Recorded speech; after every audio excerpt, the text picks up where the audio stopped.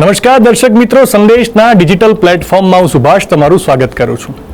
મિત્રો, રાજકોટના જંગલેશ્વર વિસ્તારમાં થયેલું ડિમોલેશન રાજ્ય સરકાર અને મનપા માટે ઐતિહાસિક હોઈ શકે, પરંતુ હવે આ કામગીરીનો આર્થિક હિસાબ જનતા માટે આઘાતજનક બની રહ્યો છે. તંત્રે કહ્યું હતું કે ગુનાખોરીનો અડ્ડો તોડી પાડ્યો છે, પરંતુ હવે ખર્ચના જે આંકડા સામે આવ્યા છે તે જોઈને લાગે છે કે અહીં કદાચ દબાણ તોડવા કરતા સોનાના ભાવે ભોજન પીરસાઈ ગયું છે અને પાણી પીવાઈ ગયું છે. મિત્રો, ચોંકાવનારી વાત તો એ છે કે ભોજન, ચા, નાસ્તા અને લીંબુ પાણી પાછળ 27 લાખ રૂપિયા ખર્ચાયા, ત્યાં હવે મિનરલ વોટરનું બિલ 12.40 લાખ રૂપિયા પર પહોંચી ગયું છે. ગણિત તો જુઓ સાહેબ, જો પાણીની એક બોટલ દીઠ રૂપિયા 10 ગણીએ તો શું મનપાએ કુલ 1,24,000 બોટલ મંગાવી હશે? શું ડિમોલેશનમાં બુલડોઝર ચલાવતા ચલાવતા પાણીની નદીઓ વહેવા લાગી? 6.70 લાખનો તો મંડપનો ખર્ચ છે. શું આ જનતાના પરસેવાની કમાણીનો આડેધડ વ્યય છે કે પછી ડિમોલેશનના નામે કોઈ મોટું કૌભાંડ ખડકાયું છે? આ જ સવાલો સાથે આજે ચર્ચા કરવા માટે અત્યારે મારી સાથે જોડાઈ ગયા છે રાજકોટ સંદેશના resident editor Jayesh Thakrar. Sir, મારો સૌથી પહેલો સવાલ એ છે કે જ્યારે ડિમોલેશન જેવી કામગીરી સરકારી મશીનરી અને પોલીસ બંદોબસ્ત હેઠળ કરવામાં આવતી હોય ત્યારે માત્ર ભોજન પાછળ 27 લાખ અને પાણી પાછળ 12.40 લાખ એટલે કુલ 39 લાખથી વધુનો ખર્ચ કયા આધારે અને કયા નિયમો હેઠળ મંજૂર કરવામાં આવ્યો? एक जिंदगी बीत जाती है घर बसाने में और तुम तरस नहीं खाते बस्तियां जलाने में. રાજકોટમાં જંગલેશ્વર ડિમોલિશન જ્યારે થયું ત્યારે એટલી બધી ઉતાવળ કરવામાં આવેલી કે ભાઈ અહીંયા ગુનાખોરીનું સ્વર્ગ છે, અહીંયા બહુ બધા ક્રિમિનલ્સ છે અને જલ્દીથી અહીંયા દબાણ હટાવ કરી દો અને પછી ત્યાં સરસ મજાનો શહેરને રળિયામણું બનાવવાનો પ્લાન કરીએ, પૂરના પાણી શહેરમાં ના આવે એ માટેનો પ્લાન કરીએ. પણ કશું જ દિવસો, સપ્તાહો, મહિનાઓ વીતી ગયા, કશું જ થયું નહીં.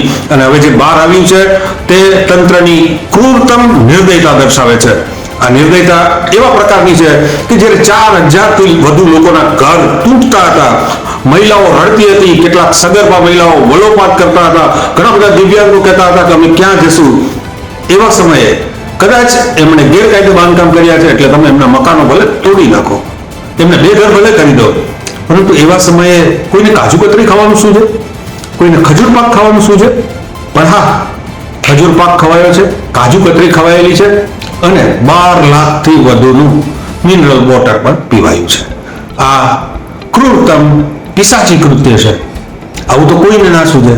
કોઈ આંસુનો દરિયો વહેતો હોય ત્યારે કોઈ ફેસ્ટિવલ ઉજવે, ત્યારે કોઈ ઉજવણી કરતા હોય એવી રીતે કોઈ મીઠાઈ ખાય, પકવાન ખાય, પરંતુ કોઈ નિયમોને જોયા વગર ઘરની ઢોળાજીની જેમ રાજકોટ મહાનગરપાલિકાના અધિકારીઓએ કાં તો એમણે ખોટા બિલ મૂક્યા છે અને કાં તો એમણે આ બધું જ ઓછું મંગાવી, વધુ દર્શાવી, કોકના નામે ચડાવી અને ખિસ્સા ભરી લીધા છે.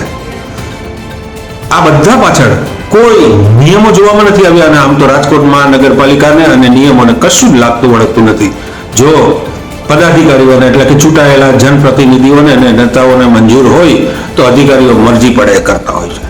અને અધિકારીઓ આવું જઘન્ય કૃત્ય પોતાની મરજીથી કરી લે અને પદાધિકારીઓ ઊંઘતા રહે તો મને લાગે છે કે એ પણ બહુ શર્મનાક છે. એટલે આમાં કોઈ નિયમોનું પાલન થયું નથી અને આડેધડ 39 લાખ રૂપિયા જેવો ધુમાડો કરી દેવામાં આવ્યો છે, જે માત્ર ભ્રષ્ટાચાર જ નથી, ગરીબોની મજાક પણ છે.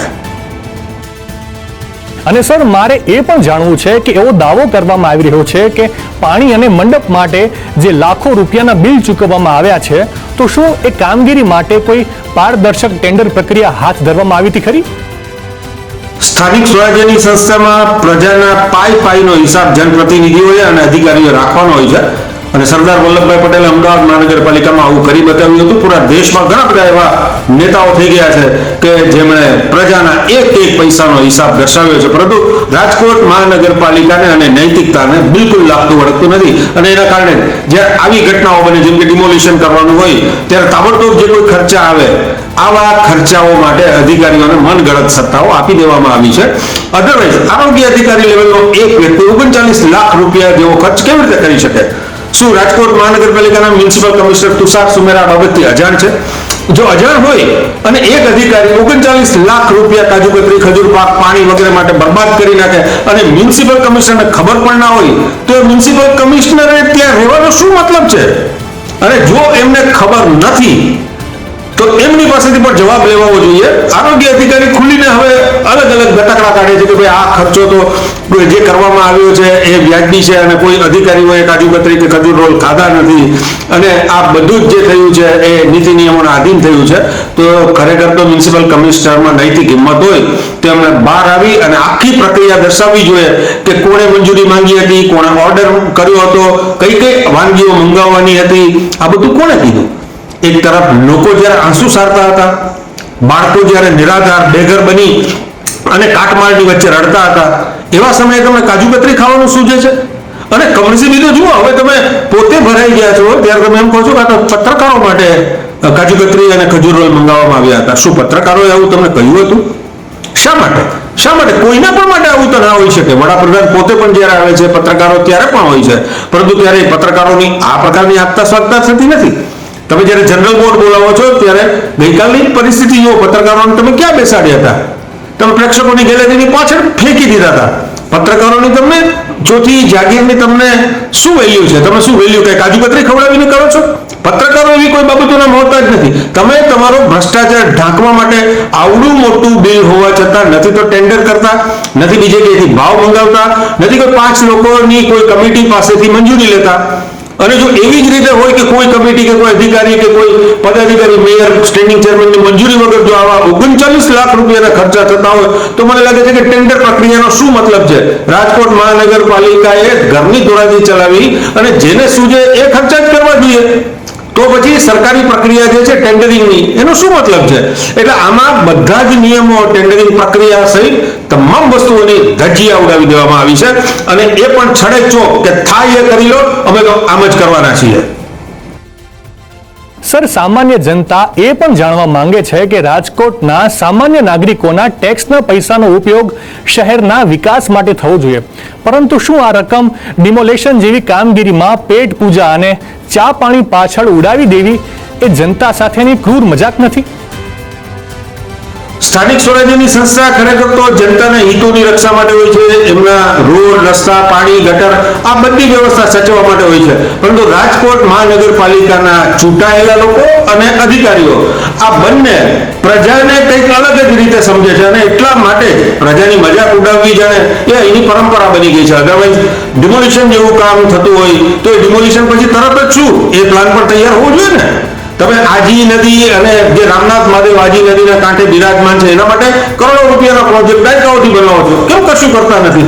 કારણ કે તમને એવું છે કે પ્રજાને ગમે તે તમે કરશો, પ્રજા તમને કઈ કહેવાની જ નથી.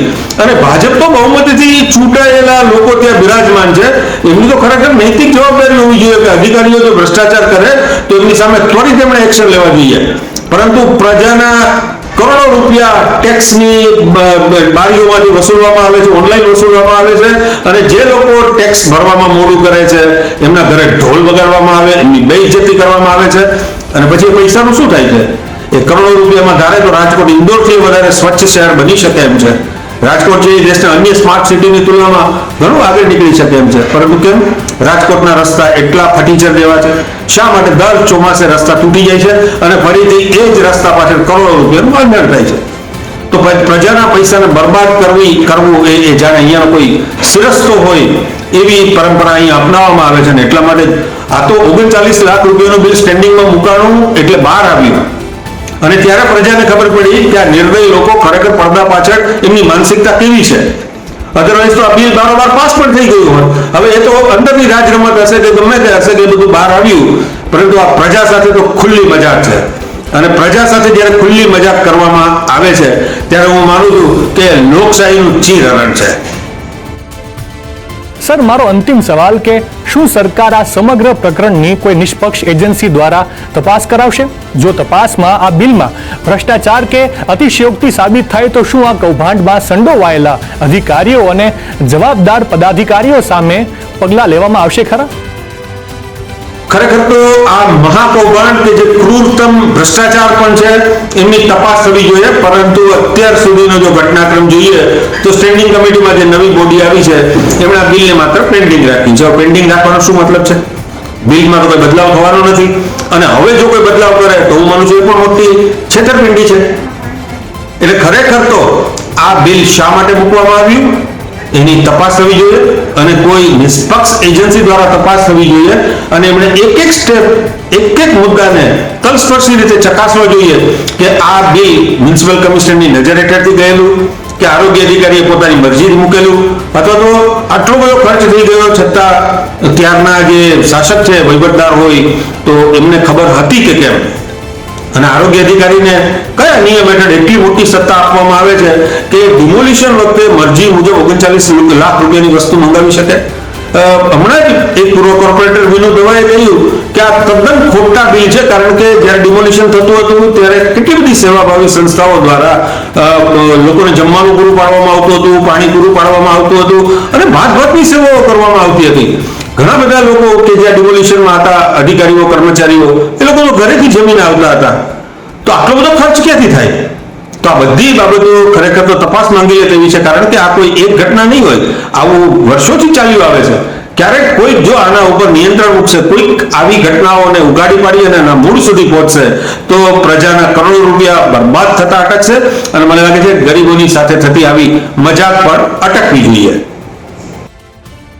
મિત્રો, જ્યારે શહેરની ઘણી ગલીઓમાં લોકો પાયાની સુવિધાઓ માટે ટળવળે છે, ત્યારે સરકારી તિજોરીમાંથી મિનરલ વોટરની પાછળ લાખો રૂપિયાનો ખર્ચ કરવો એ વહીવટી કામકાજમાં કોઈની મિલીભગતથી કરવામાં આવેલું આયોજનબદ્ધ કૌભાંડ હોય એવું લાગે છે. સવાલ એ થાય છે કે આ ઐતિહાસિક ડિમોલેશનના ઐતિહાસિક બિલની યોગ્ય તપાસ થશે કે પછી પાણીમાં ગયેલા પૈસા સાથે ફાઇલો પણ દબાવી દેવામાં આવશે? રાજકોટની જનતા હવે જવાબ ઈચ્છે છે, કારણ કે આ પૈસા કોઈ અધિકારી કે કોન્ટ્રાક્ટરના ખિસ્સાના નથી. આ તમારી મહેનતની કમાણી છે. તપાસ થવી જોઈએ, જવાબદારી નક્કી થવી જોઈએ, અને જેણે પણ જનતાના પૈસાનો દુરુપયોગ કર્યો છે તેમની સામે કડક કાર્યવાહી થવી જ જોઈએ. આજે બસ આટલું જ. આવી ચર્ચા સાથે ફરીવાર મળીએ. ત્યાં સુધી દેશ દુનિયાની તમામ અપડેટ માટે આપ જોડાયેલા રહેજો સંદેશ ડિજિટલ સાથે.